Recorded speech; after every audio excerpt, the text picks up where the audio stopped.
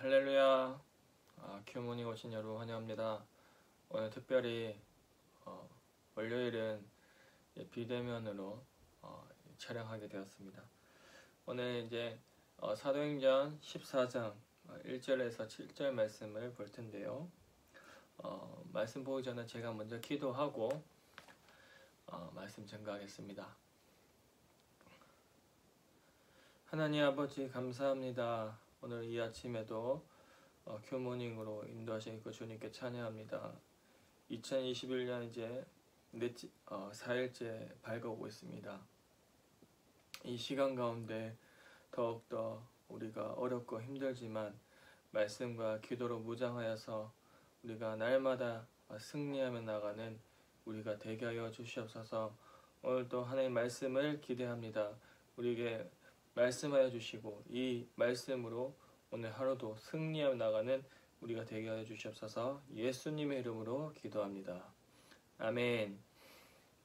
네, 오늘 사도행전 하편 46일차 펼치시면 되고요.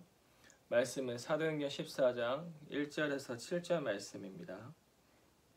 제가 봉독합니다. 이에 이고니온에서 두 사도가 함께 유대인의 회당에 들어가 말하니 유대와 헬라의 허다 무리가 믿더라.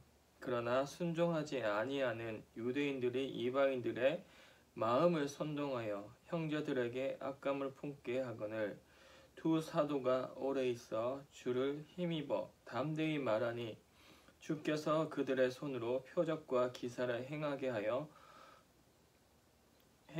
주사 자기 은혜의 말씀을 증언하시니 그 시내에 무리가 나뉘어 유대인을 따르는 자도 있고 두 사도를 따르는 자도 있는지라.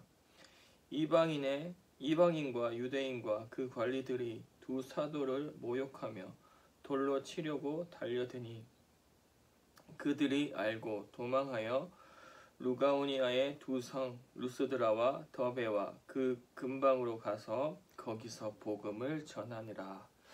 아멘. 네, 오늘 사도행전 14장 1절 7절 말씀으로 증거하기를 원하는데요. 오늘 말씀 보시면 이고니온에서 말씀을 사도 바울과 또 바나바가 특이하게 1절 보시면 두 사도라고 표현을 합니다. 사실 사도 바울이나 바나바는 예수님의 12사도에 포함되지 않습니다. 또 본문에서는 사도라고 칭함받는 이유가 무엇일까? 사실은 이들은 예수님을 직접 보지 못한 자들이지만 현재 우리의 언어로 표현하자면 보냄을 받은 자, 선교사라고 표현이 제일 가까운 것 같습니다. 물론 사도도 지금 이 시대에 어떻게 표현하기가 좀 그렇지만 선교사, 목회자 이쪽에 가까울 수 있으나 지금 이 사도행전에서 어떻게 전진하고 있는지 여기에 어떤 상황인지 보면 복음을 전하는 것입니다. 복음을 전하는 사람은 비록 우리가 이제 목회자일 수 있겠지만 전도자, 선교사 이렇게 표현할 수 있다는 것입니다. 지난 사도행전 13장이나 오늘 14장은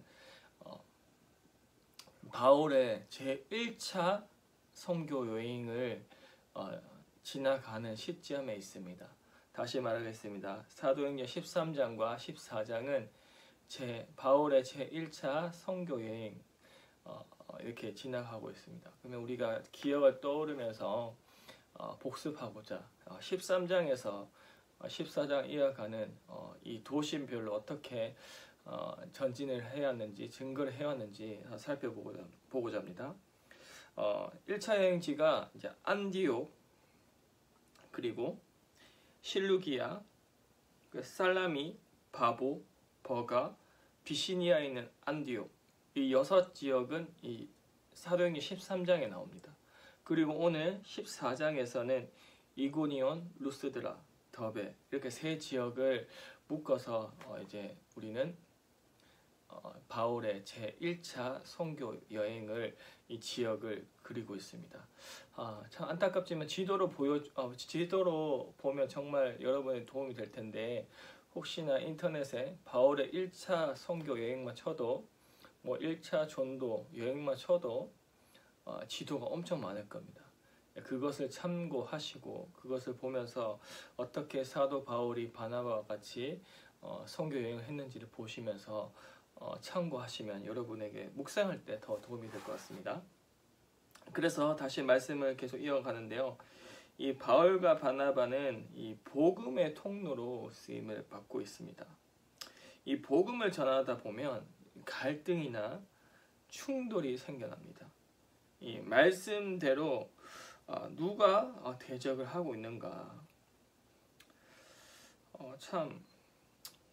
이게 세상 사람들의 어떤 비판보다 사실 내부에 있는 것 같습니다. 교회 내부에. 적이라고 보다는 사실은 어떤 우리가 복음을 증거했을 때, 오늘도 이 말씀을 14절 보면 유대인들에게도 복음 전하고 헬라인들에게도 복음 전했지만 유독 이제 하나님을 믿는 유대인들에게도 전했지만 복음을 받아들이지 않았습니다. 그리고 그것을 이방인들에 선동하여서 바울과 바나바를 이제 돌로 치기까지 이제 핍박을 하는 것입니다.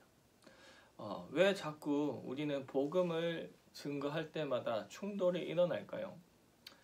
사실은 이제 복음은 오해하는 것이 많습니다. 절대 뭐 어떤 복음이 정치적으로 뭐 선동이 되거나 그런 것이 아닙니다. 말 그대로 예수 그리스도의 죽음과 부활의 그 사건을 복음을 증거하는 건데, 이고니온이라는 사실 이 도시나 다 새로운 선교지인 것입니다. 예수님의 이름 듣지 못한 그들에게 이제 새로운 생명 주시려고 하는 이 사도 바울의 그 복음의 열정을 가지고 오늘 또 그렇게 증거를 하고 있는데, 오늘도 말씀 그대로 증언도 하고 있죠. 그러나 복음을 받아들이는 사람도 허다한 무리가 있지만 그럼에도 불구하고 유대인들은 복음을 받아들이지 않습니다. 마찬가지입니다. 오늘 우리 교회 공동체를 바라보면서 복음에 반응하는 사람과 복음을 반응하지 않는 사람의 우리 차이점을 보면은 여기서도 대조하고 있습니다. 1절에 보면 유대와 헬라의 허다한 무리가 믿더라, 이렇게 1절에는 이렇게 증거하고 있지만 2절에는 반대로 순종하지 않는 유대인들이 이방인들의 마음을 선동시킨다. 믿는 사람도 있지만 믿지 않는 사람들에 의해서 핍박을 한다는 거죠. 근데 그게 지금으로 치면은 또 코로나로 인해서 교회가 많이 어렵지만, 많이 이 교회를 욕하는 사람은 교회를 잘 아는 사람이 욕을 많이 하는 것입니다. 그렇다면 교회를 잘 아는 사람은 교회를 다니는 사람이겠죠. 그들에게도 이렇게 오늘 말씀처럼 대적을 하고 있습니다. 그리고 은혜의 말씀이 증언을 했다라고 3절에는 얘기하고 있지만, 반대로 그 시내에 우리가 나뉘어 유대인을 따르는 자, 사도를 따르는 자, 분리를 시킵니다. 즉 분열을 시키는 사람도 있다는 것입니다. 우리에게 많은 메시지를 주고 있는데요.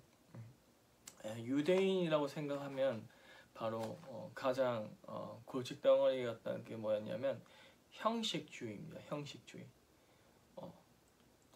뭐죠? 지금으로 말하면 주의를 지키는 것, 헌금을 제때제때 내는 것, 그런 것들로만 자기 만족으로만 시작되는 그 형식주의.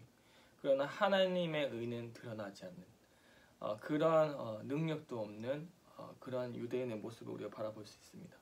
지금도 우리가 한번 살펴봅시다. 우리의 삶 속에서, 아니면 나의 어떤 내면 속에서 보면 때로는 우리의 형식주의로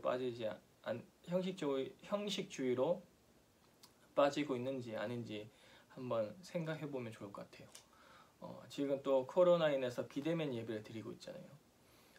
비대면 예배로 인해서 여러분 가정 가운데 또 유튜브로 또 줌으로 참석하고 있는데 어떤 마음이 드는지 잘 모르겠습니다.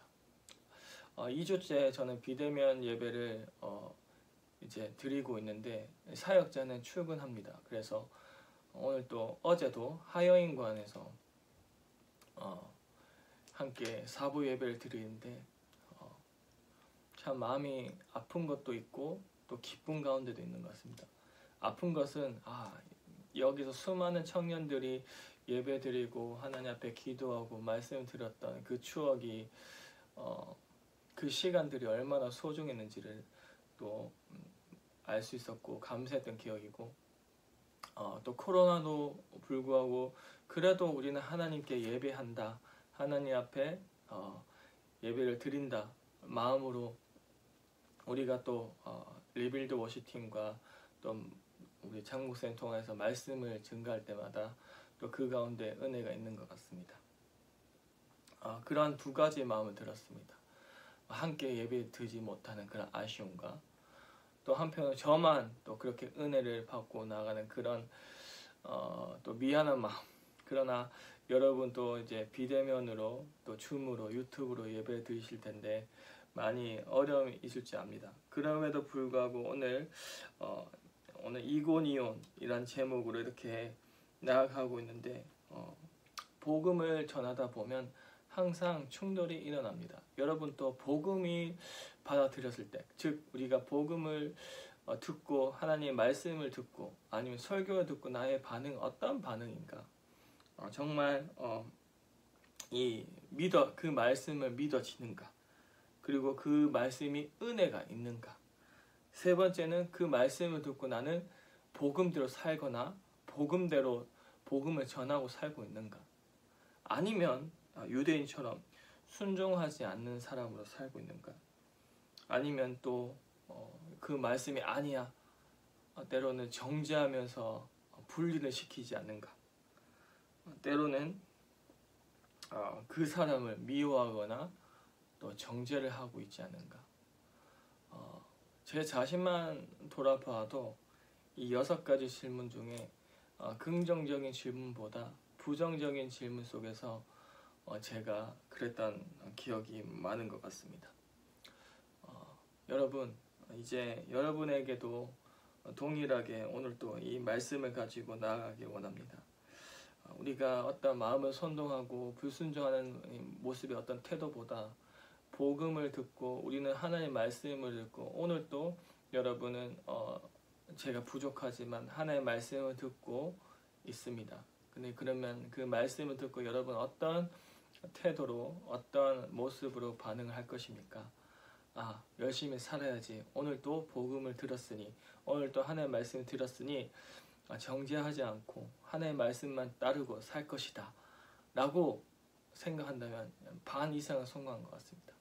그러나 때로는 어떤 이 사람의 부족함 때문에 집중이 안 되고 어려운 일이 있을 수 있습니다. 그러나 그 사람을 보는 것이 아니라 하나님을 집중하고 오늘 또 그 말씀으로 나아갔으면 좋겠습니다. 오늘 이렇게 46일차로 다시 한번 이 사도행전 합편이 시작되고 또 이제 바울과 바나바가 계속해서 복음의 열정을 가지고 복음을 증거하고 있습니다. 이들은 두 사도로서 여기서 기록이 되었지만 정식적인 예수님의 제자도 아니었고 예수님의 어떤 12사도에 포함되지는 않았지만 거기에 어떤 모양으로 취하는 것이 아니라 예수님을 인격적으로 만남으로 내가 이제 하나님의 앞에 구원 받았으므로 그리스도인으로 칭함을 받았으므로 이제는 사울에서 바울로 바뀌어서 끝까지 하나님의 나라를 위해서 살아가는 이 바울의 열정처럼 여러분 청년 하람 가운데서도 우리가 청년이라는 그 이름 하에 그 열정을 가지고 하나님 앞에 나아갔으면 좋겠습니다. 이제 2021년 오늘 이제 넷째 날인데요. 지금까지 망설였던 계획들이 있을 것입니다. 다이어트 해야지, 아니면 또 말씀 오늘 일독해야지, 기도 열심히 해야지, 새벽 기도 가야지, 이런 계획들 가지고 있을 텐데 그런 계획들을 거룩한 경건한 우리의 모양만 있는 것이 아니라 그저 텅 빈 경건 생활이 아니라 꽉 찬 경건 생활로 시작했으면 좋겠습니다. 말씀 통독도 하셨으면 좋겠고, 또 오늘 이 시간 말씀 듣고 나서 함께 하나님 앞에 나는 어떻게 복음에 반응하고 있는가, 때로는 하나님 말씀 앞에 순종하지 못한 마음이 있다면, 때로는 누군가 같은 공동체에 누군가 정죄하고 있다면, 아니면 누군가 미워하는 마음이 있다면 이 시간 회개하는 마음으로 나아갔으면 좋겠고, 그렇게 우리가 회개했을 때 우리의 거룩한 성령을 주십니다.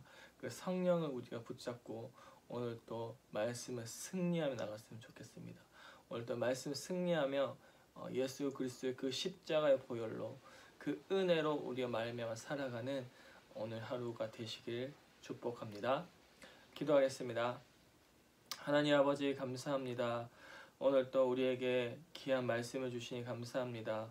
오늘 이 말씀을 듣고 바울의 열정, 바나바의 복음을 전한 그 열정을 가지고 그저 우리는 어떠한 반응으로 나아가고 있습니까?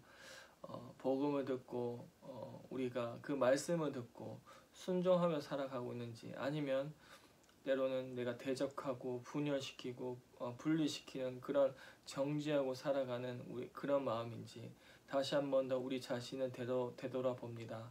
하나님께서 우리 죄악을 드러내시고 우리 어두움을 드러내셔서 이젠 빛 가운데 나아가신 예수 그리스도 그 빛을 바라보며 이제는 하나님의 말씀을 순종하고 교회에 순종하고 하나님의 말씀에 순종하는 우리가 되게 하여 주시옵소서. 오늘 또 내가 복음을 듣고 말씀을 듣사오니 내가 이제는 복음으로 살아가는 삶, 복음을 전하는 삶으로 살아가는 우리가 되게 하여 주시옵소서. 그렇게 행하실 주님을 찬양하며 예수님의 이름으로 기도합니다. 아멘. 오늘 또 수고하셨고요. 말씀으로 승리하십시오.